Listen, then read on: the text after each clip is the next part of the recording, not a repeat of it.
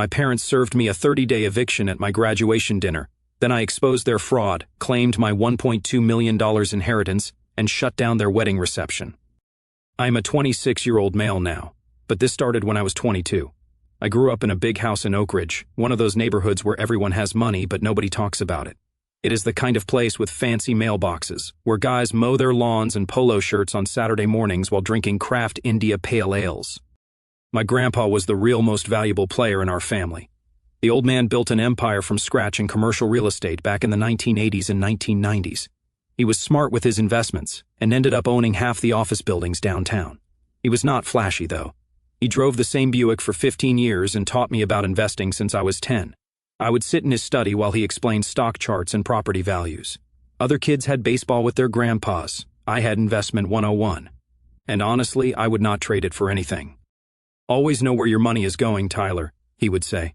The minute you lose track is the minute someone else starts making decisions with it. The man was dropping financial literacy bombs on me before I could even drive. My parents, that is where it gets complicated. My mom, I will call her Karen, was obsessed with keeping up appearances. She would rather die than show up to a neighborhood barbecue without the perfect potato salad and a fresh blowout. My dad, Richard, was barely in the picture, a finance bro more interested in his golf handicap than raising me. They split when I was 14, and Dad moved to Phoenix with his secretary. Classic move, right? The divorce was messy. Mom threw his clothes on the lawn. Dad changed the Netflix password, real mature for people in their 40s. After the divorce, Mom started dating again quickly. Enter Derek, my stepdad. This guy was the worst kind of phony. Rolex watch, but always forgot his wallet. Talked about his investment portfolio, but was drowning in debt. He had this routine of name-dropping celebrities he had supposedly met at restaurants he could not get reservations for.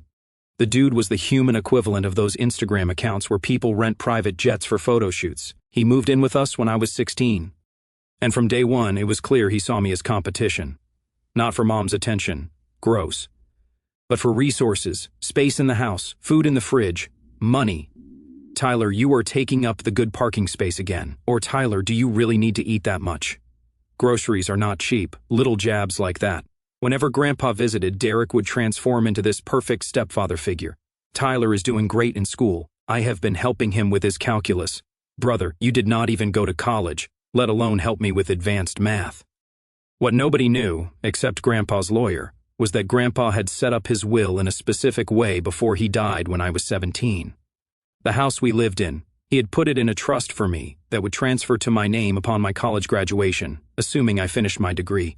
Until then, Mom was just the trustee. Grandpa knew Mom was terrible with money and wanted to make sure I would have something solid when I grew up. Mom had always been bougie, but after Dad left, it got worse.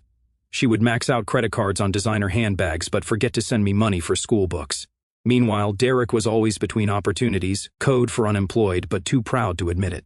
He would occasionally land a sales job, flex about his territory for a few months, then mysteriously be moving in a different direction when things did not work out. I did not know any of this inheritance stuff yet. I just knew Grandpa had told me once. I have made sure you will be taken care of, Tyler. Just focus on making something of yourself. So that is what I did. I worked my butt off in school, got into Westlake University, and majored in finance. Mom and Derek acted supportive, but there was always this weird vibe like they were waiting for something. When I got accepted to Westlake, Derek's first response was not, "Congratulations, but that is going to be expensive. Thanks for the vote of confidence, brother." Living at home during college was tense. They would make comments about how generous they were letting me stay there rent-free, even though the house was paid off decades ago by Grandpa. They would ask when I planned to move out before I'd even finished my freshman year.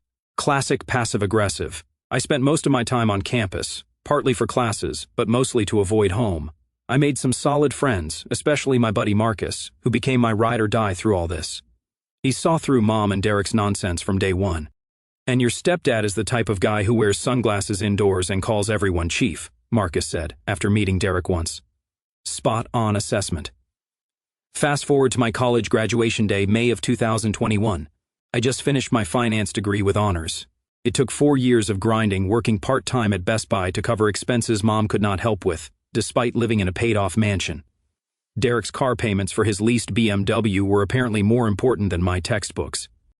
The ceremony was that morning. Long, boring as hell, but I felt proud. Mom, Derek, and surprisingly, Dad showed up. They were being weirdly nice all day, which should have been my first clue something was up. Mom kept taking selfies with me in my cap and gown, posting them with captions like, "So proud of my brilliant son, total performance" for her Instagram followers. Dad awkwardly gave me a $100 Amazon gift card. "You can get whatever you need for your apartment," he said, already assuming I was not coming home. Subtle, Dad, real subtle. "Let us celebrate at Costello's tonight," Mom suggested after the ceremony. Costello's was this fancy Italian place that Mom and Derek only went to for special occasions, usually when they were trying to impress someone. The kind of restaurant where they list the pasta shapes in Italian and do not put prices on the women's menus. We got to the restaurant, and I was thinking maybe they were actually proud of me for once. We ordered drinks. Dad made an awkward toast about entering the real world. Rich, coming from a dude who had not paid child support in years. Then Mom slid a thick envelope across the table. "A graduation present, honey," she said with a smile that did not quite reach her eyes. Derek was practically bouncing in his seat, like a kid who put plastic wrap over the toilet and was waiting for someone to use it. I opened it, expecting maybe a check, though they had never been generous before. Or a card. Instead, I found a freaking 30-day notice to vacate, a formal letter telling me I needed to be out of the house by the end of June. Not even handwritten, a typed legal document, like I was some random tenant they were evicting. "What the hell is this?" I asked, feeling like someone had just punched me in the stomach. Mom sipped her wine casually. "Derek and I have decided to convert your room into the home gym we have always wanted. We are starting renovations next month, but I was planning to live at home while I start my job search," I said, still trying to process what was happening. "We talked about this just a month earlier. I had specifically asked if I could stay at home post-graduation while I found a job and save for my own place." Derek laughed, actually laughed, and said, "Tyler, you are 22 now, a college graduate. Time to stand on your own 2 feet. We need our space." Dad, who had been quiet, finally chimed in. "You can crash at my condo for a couple weeks if you need to. The futon in my office folds out." This from the guy who had missed most of my birthdays and whose child support checks were always in the mail. The guy who told me he could not help with tuition because he was cash-strapped while posting pictures from his Cabo vacation with his new wife. But it got worse. Mom pulled out another envelope. "Also, we need you to sign these papers. Just some formalities about the house and Grandpa's estate." "What formalities?" I asked, taking the envelope but not opening it. "Just clearing up some outdated language in the will," Derek said, waving his hand dismissively. "Your grandfather left some provisions about the property that do not make sense anymore. Standard stuff." Something felt off, way off. "I should probably read these first," I said. Mom's face tightened. "It is just legal jargon, Tyler. No need to overthink it. We had our attorney draw everything up properly." "Their attorney? Since when did they have an attorney on retainer?" Mom could barely afford her Nordstrom card payments. "I will take them home and look them over," I insisted. Derek's smile disappeared. "We really need those signed tonight. Our contractor starts next week, and we need to clear up the title issues before then." "Title issues? What the hell?" I put the papers back in the envelope. "I want to read them carefully first." The rest of dinner was tense as hell. They kept trying to bring up the papers, and I kept deflecting. Derek got progressively drunker and more irritated, eventually snapping at the waiter over the bill. Dad was checking his watch every 5 minutes like he had somewhere better to be. Mom kept shooting Derek these do-something looks. When I got home that night, I finally opened the envelope and tried to make sense of the legal jargon. Something about transferring inherited interest and relinquishing claims to the estate. It was written in that dense legalese specifically designed to confuse normal people. That morning, I remembered what Grandpa told me before he passed away. "When the time comes, talk to the lawyer." So, I did. I found the office downtown, called right when they opened, and landed a same-day appointment. The place looked exactly like somewhere that handled old family money. I gave my name, and they did not even need to check the book. The lawyer saw me walk in, gave a small nod, and said, "I was wondering when you would come. What brings you in today?" I pulled out the papers from my backpack.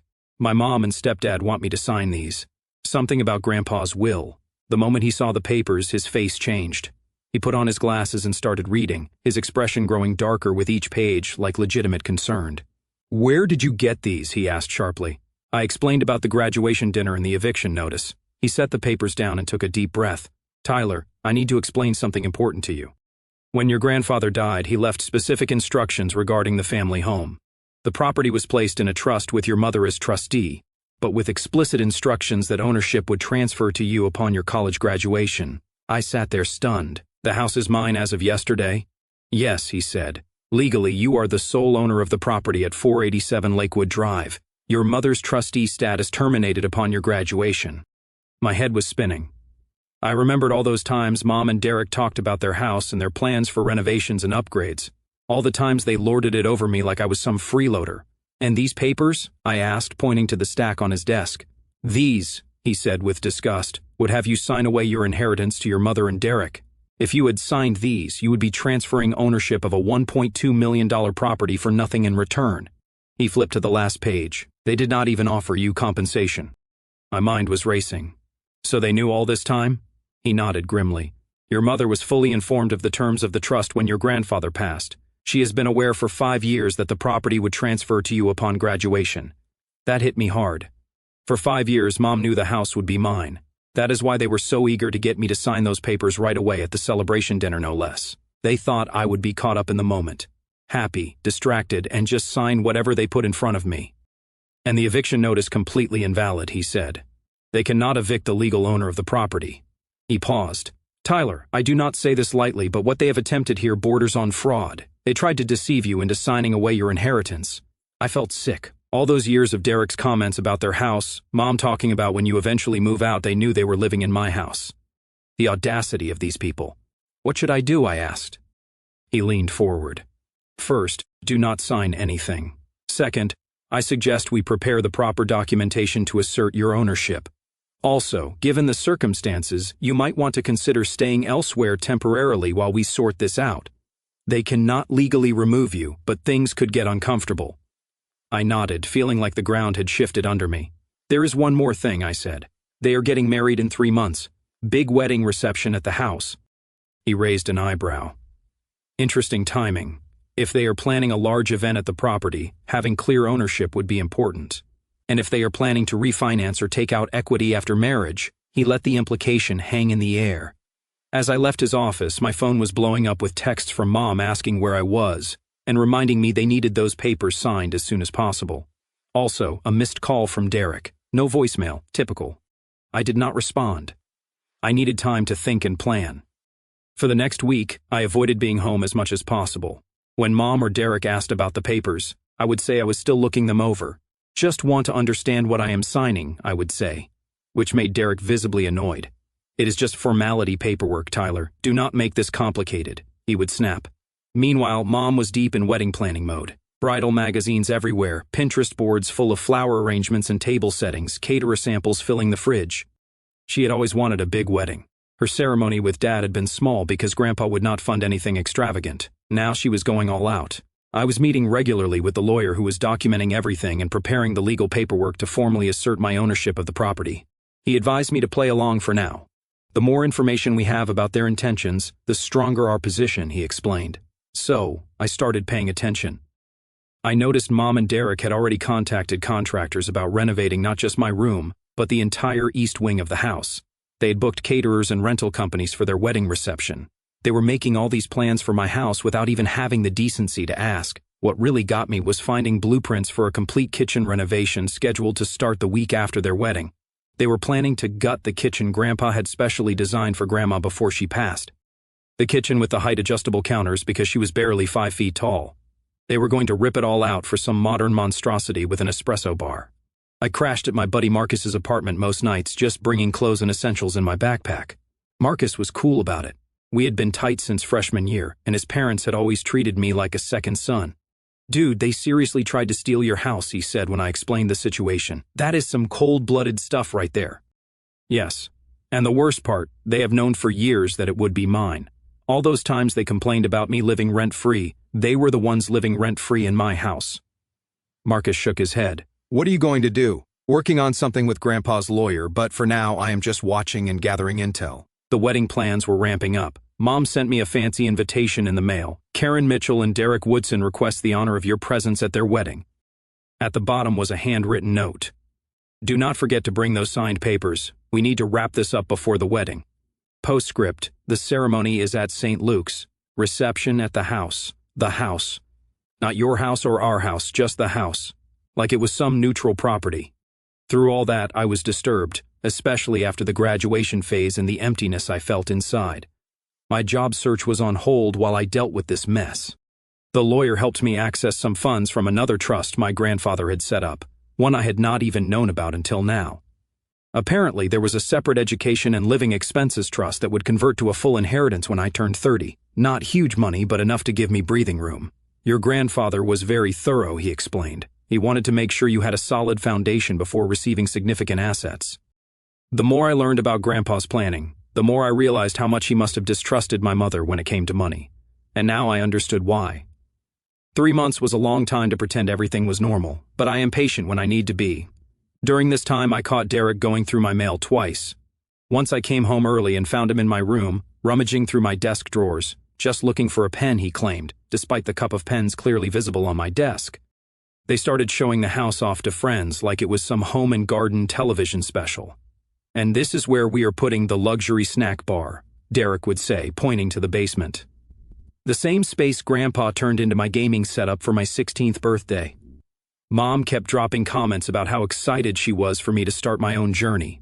Translation, she could not wait to kick me out. One night, I overheard them talking in their bedroom through the air vent. What if he does not sign, Mom asked. He will, Derek assured her. Kids are naive. Besides, what is he going to do? Sue his own mother? If only they knew. As the wedding date approached, I finally gave Mom and Derek what they wanted, or so they thought. I will sign the papers at the wedding, I told them over dinner one night about 2 weeks before the big day. Kind of symbolic, right? New beginnings and all that. They exchanged looks. Derek seemed suspicious, but Mom was just relieved. Perfect. We can handle it right after the ceremony before the reception, she said. Actually, I countered. Let us do it during the reception. More festive that way. Mom looked like she wanted to argue but just nodded. Fine, just do not forget. The next 2 weeks were a blur of wedding preparations. The house was being cleaned. The yard landscaped. Mom hired some fancy wedding coordinator who kept showing up with fabric swatches and flower arrangements. They were sparing no expense. And why would not they? In their minds, they had just secured a $1.2 million property for the cost of some legal paperwork. Karen was acting like she owned Buckingham Palace, calling the house my estate when she was on the phone with vendors. Not our house, not even the house, her estate. Like she did not spend the last 5 years dipping into her Nordstrom card to fake a lifestyle. She had the cleaning crew running drills like it was boot camp. The chandeliers must shine. Madam, we live in the suburbs. You have got a fake lemon bowl from Target on the table. Calm down. She cornered me one morning while I was grabbing cereal, talking about how I needed to mow the lawn and trim the hedges before the wedding. The yard reflects the bride, she said. I just stared at her, did not realize I was on payroll. She gave me that fake smile and hit me with, well, you are still living here in my house. The same house she tried to get me to sign away behind my back. The wildest part, she told the florist with me standing right there. This house has always meant so much to me. My father would have wanted me to start the next chapter here, no madam. Your father did not build that house so you could scam your way through your third marriage. He built it to keep me protected from people exactly like you. At that point, I realized this was not just entitlement, it was performance. Karen was not just trying to take the house, she was rewriting the whole story to make herself the star. Cinderella vibes minus the charm. Full Karen mode, 4K resolution, no shame. And they even had the audacity to ask me to help pay for some of the wedding expenses. Since you are still living here, Derek pointed out, as if that justified asking me to chip in for their wedding. Sorry, tight on cash right now. I lied. Job hunting, you know. Meanwhile, the lawyer and I finalized our plan. The paperwork asserting my ownership was ready. We had copies of the trust documents, the transfer of deed, everything official, stamped and notarized. Are you sure you want to do it this way? He asked me the day before the wedding. We could handle this more privately. They tried to trick me into signing away my inheritance on what was supposed to be my graduation celebration, I replied. They did not care about embarrassing me then. Why should I care now? The night before the wedding, Mom came to my room.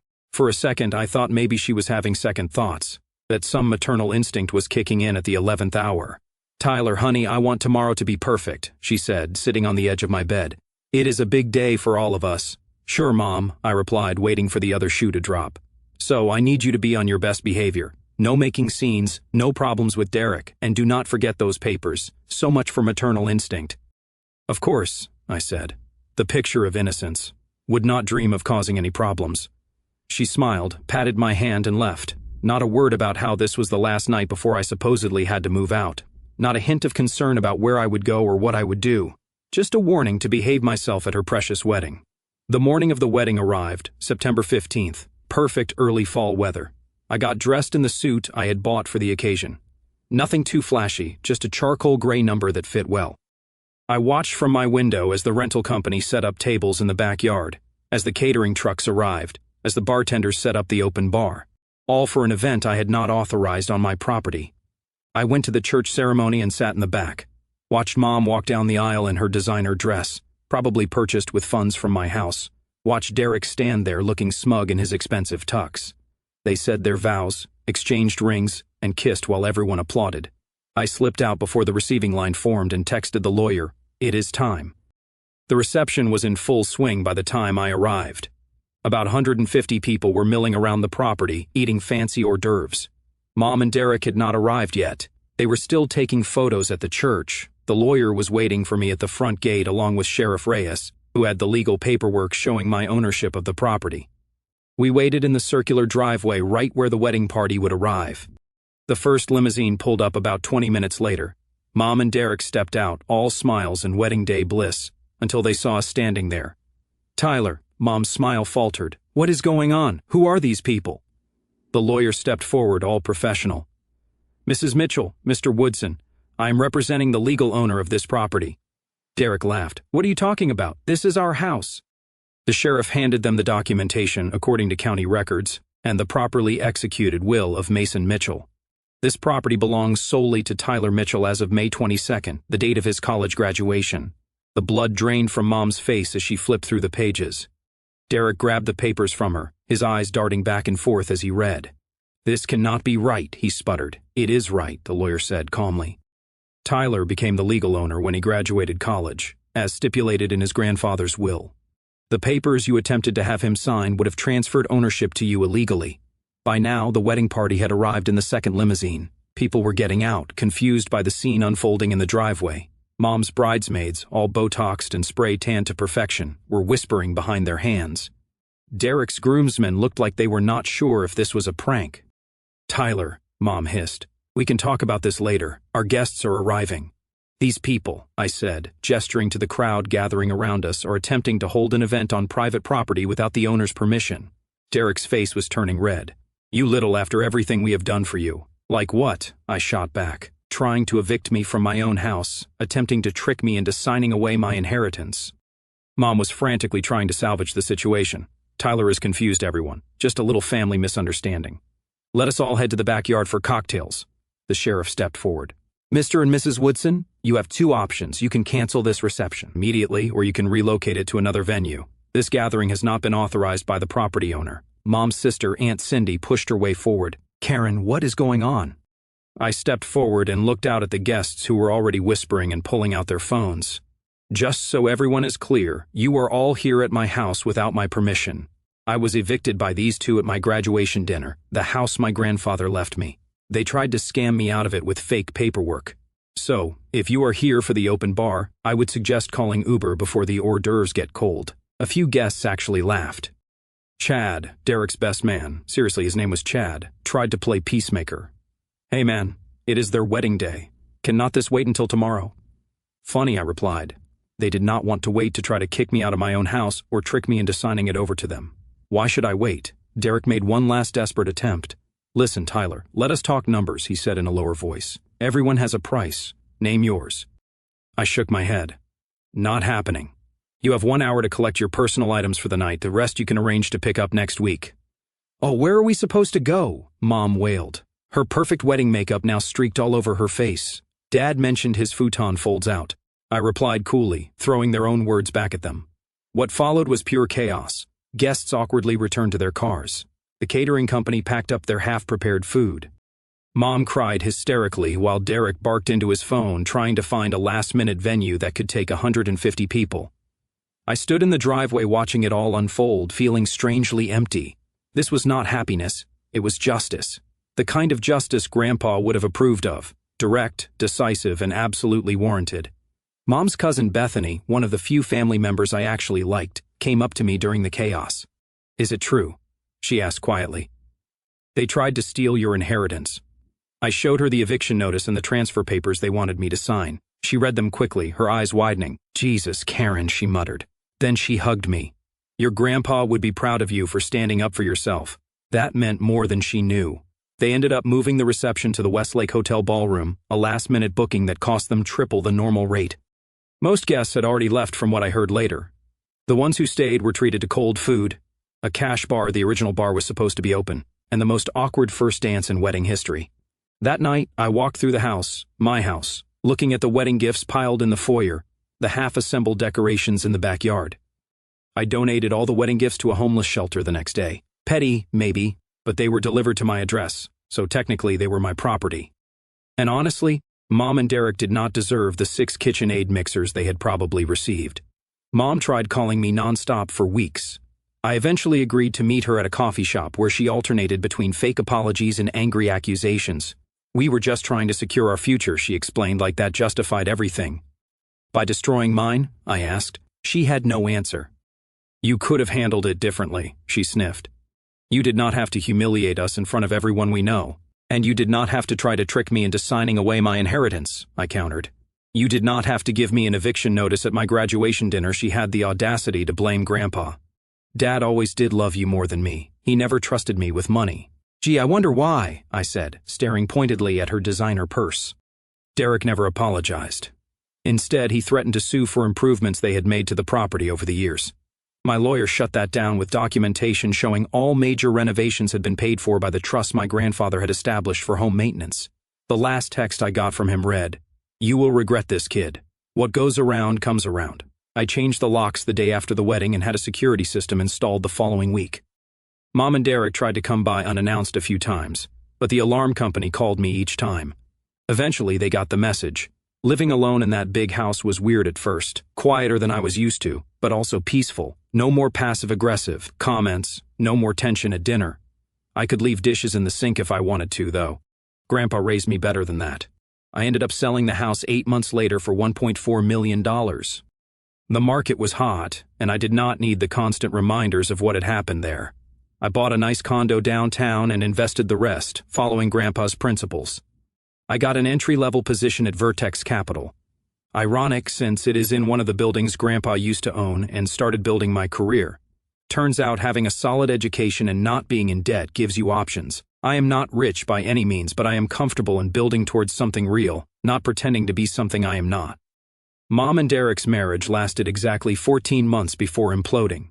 Turns out when you build a relationship on materialism and deception, it does not hold up well under pressure. They fought constantly about money after the wedding, especially after Derek's latest business venture failed spectacularly. Last I heard, Derek moved to Tampa after the divorce, and Mom is living in a small apartment, complaining to anyone who will listen about her ungrateful son. Dad actually reached out after he heard what happened. Said he was proud of me for standing up for myself.